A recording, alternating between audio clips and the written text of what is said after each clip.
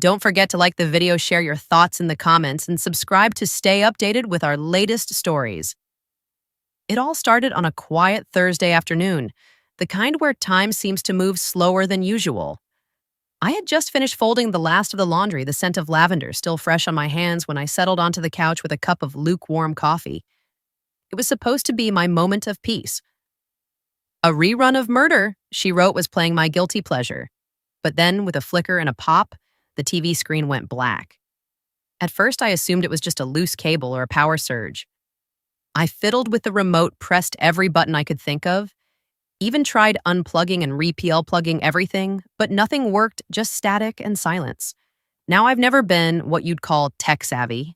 I know how to log into Netflix, and I've mastered the art of online grocery shopping, but anything more complicated than that, well, let's just say it's outside my comfort zone. That's when I thought of Henry. My next-door neighbor had moved in about 2 years ago after his wife passed, a quiet man in his early 60s. Polite and always with a gentle smile.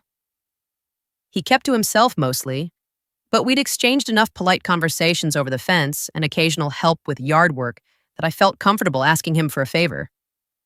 I slipped on my cardigan, brushed a few stray hairs behind my ears, and walked over, cup still in hand, feeling a little silly for needing help with something so basic. His house looked just like mine.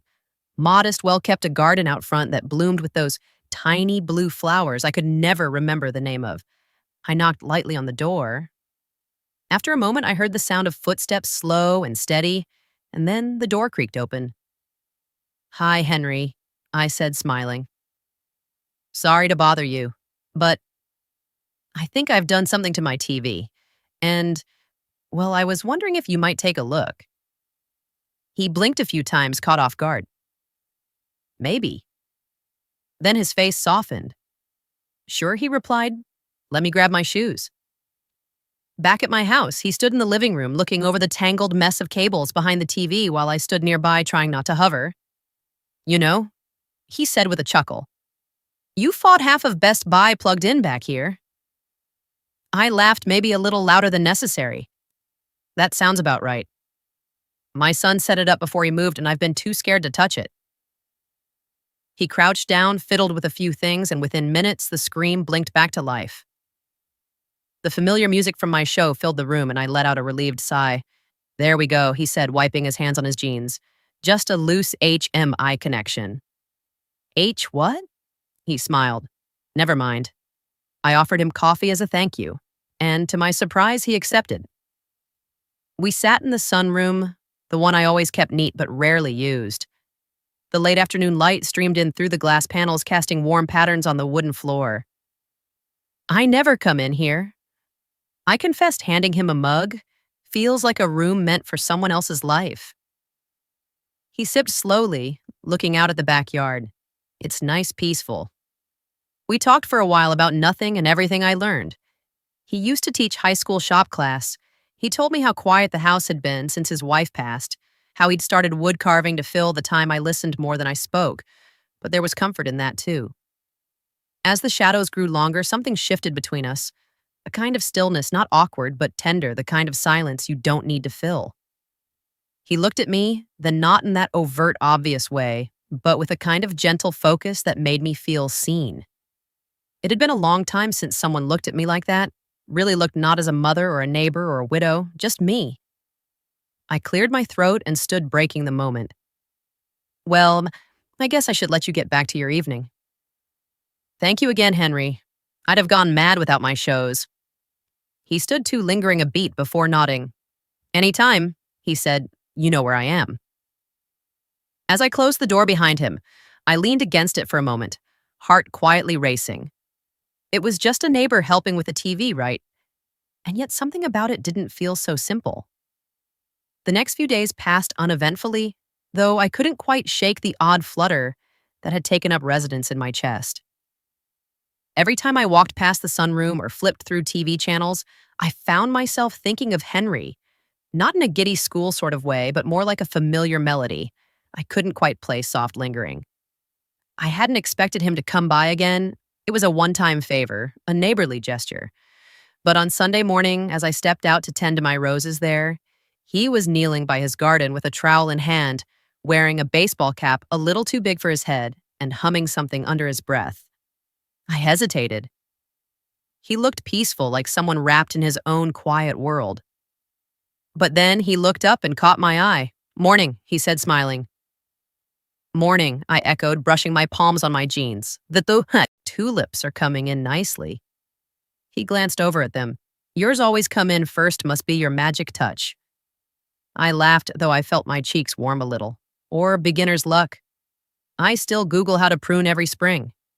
He stood up and dusted off his hands. "Listen, I was wondering, I made too much stew last night. Would you be interested in helping me get rid of the leftovers?" "I'd hate to waste it." I hesitated. Not because I didn't want to. Truthfully, I hadn't had company at my kitchen table in a long time, but because something about his offer felt more meaningful than it should have. Still, I nodded. "That sounds lovely." Later that afternoon, I found myself sitting in his kitchen, a bowl of homemade beef stew steaming in front of me. The space was cozy lived in.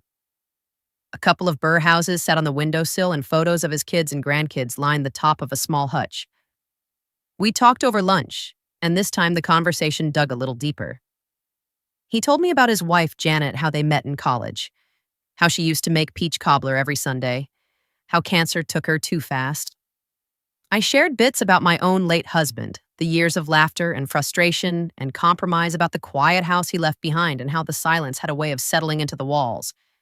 There was a moment where we just looked at each other. No words, no explanation, just understanding. Two people who had weathered life's storms and were still standing still, showing up, still trying. "Do you ever feel like you're waiting for something?" I asked him quietly, not even sure why the words came out. Henry set his spoon down and tilted his head slightly. "I used to." Then I realized maybe it wasn't something I was waiting for, but someone. I swallowed hard. There was nothing suggestive in his tone, nothing forward or pushy, just a simple truth spoken gently, and somehow that made it even more disarming. After I helped clear the dishes, I lingered by the door a moment longer than necessary. "Thank you," I said. "Not just for the stew, for the company." He gave me that soft smile again, the one that didn't try too hard. "You're always welcome here." I nodded, feeling a strange ache beneath my ribs. Not sadness exactly, something deeper, something like hope. As I walked back to my house, I noticed how the wind rustled the trees just slightly, how the afternoon sun had dipped into that golden glow I always loved. There was no dramatic music, no fireworks, no sweeping gesture, just the faint sense that something had shifted between us, something small but real. And that night, as I curled under my blanket and the TV flickered in front of me, I didn't pay much attention to the show. My thoughts were back in that warm kitchen and with the man next door. The next week brought with it a strange, comforting rhythm. Henry and I didn't make formal plans. There were no scheduled dinners or pretense of knee-gray duties. It was more like a quiet agreement. Some evenings I'd catch him sitting on his porch with his car tools and a mug of tea, and I'd wander over pretending I just happened to be passing by. Other times he'd drop off a few tomatoes from his garden or a slice of something he'd baked: banana bread, cornbread, things that tasted like time and care. We didn't talk about what was happening between us, but it was there in the way he'd look up before I even knocked, or the way I'd find myself brushing my hair or changing my blouse before stepping outside. One evening just after dinner, I heard a knock on my door. It startled me. Henry usually waited for me to come over, and I found myself oddly nervous as I opened it. There he stood holding a small wooden box in his hands. "I was working on this," he said. "I'm scanning mine and I don't know. I just thought maybe you'd like it." He handed it to me with a kind of quiet reverence. It was smooth to the touch, carved from cherry wood with a delicate flower etched into the lid, one of those blue ones from his garden. I ran my fingers over the design, heart fluttering. "It's beautiful," I whispered Henry. "I don't know what to say." He shrugged slightly, but his eyes were full of something unspoken. "You don't have to say anything," I invited him in. The house smelled like cinnamon from a candle I'd lit earlier, and the lamps cast a golden glow over everything, making the room feel softer, warmer. We sat in the sunroom again, And this time, I brought out 2 glasses of wine. I don't usually drink during the week, but tonight felt different. Like something deserved to be toasted, even if we didn't name it. You're very talented, I said. Nodding toward a box, he chuckled. It keeps my hands busy, helps me think.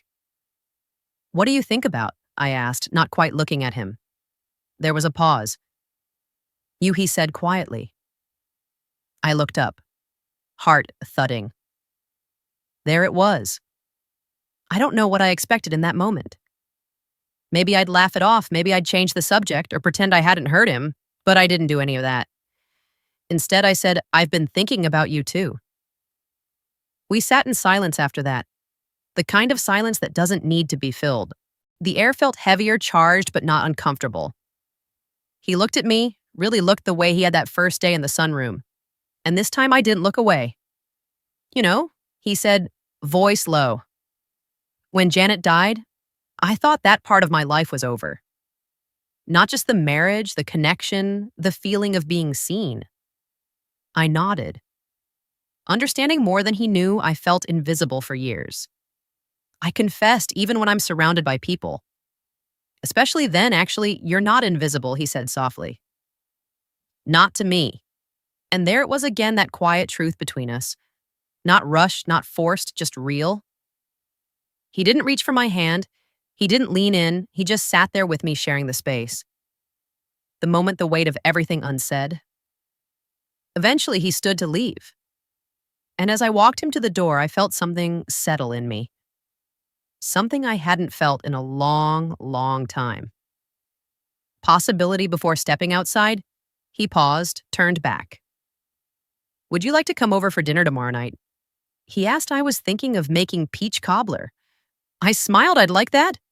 I said, and I meant it with every part of me. Henry's house smelled like cinnamon and baked fruit when I walked in the next evening. It was one of those soft golden hours where the sun hangs low and everything outside looks like it's been painted in honey. He greeted me with an apron dusted in flour, and that same gentle smile that had started to feel like home.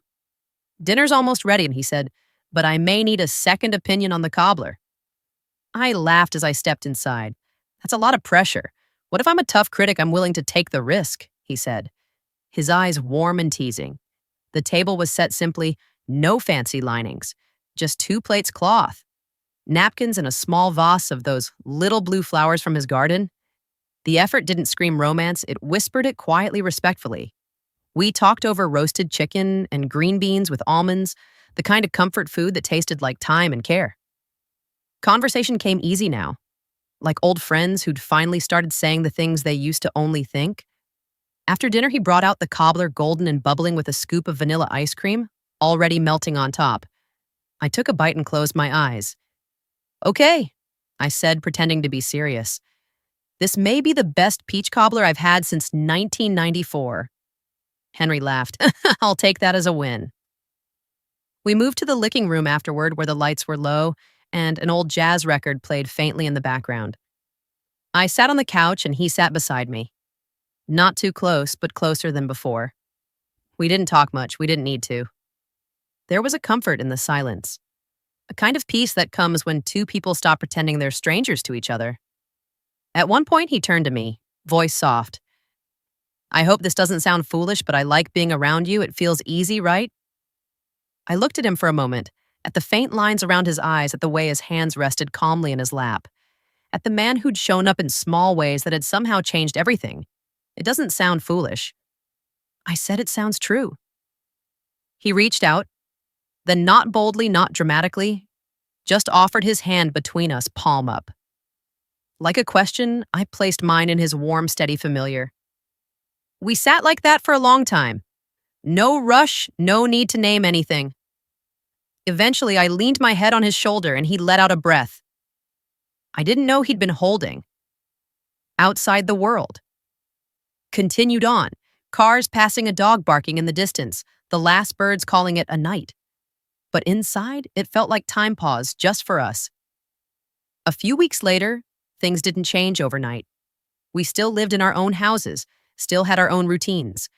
But now there was a quiet thread tying our days together. Morning check-ins, shared meals, the occasional laugh over how much I still didn't understand about HDMI cables. There were no declarations, no big promises, just presence. And oddly, that felt like enough. More than enough. One afternoon, I was sitting in my sunroom, the wooden box Henry made, resting on the windowsill. I had filled it with old letters and photographs, pieces of a life that once felt far away, but now somehow closer. I watched the sunlight hit the lid, bringing out the grain in the wood, the flower carving catching the light. I thought about how unexpected all of this had been, how a broken TV had led to a conversation, which led to a meal, which led to something quietly extraordinary, not a fairy tale, something real. And at this point in life, real is far more precious than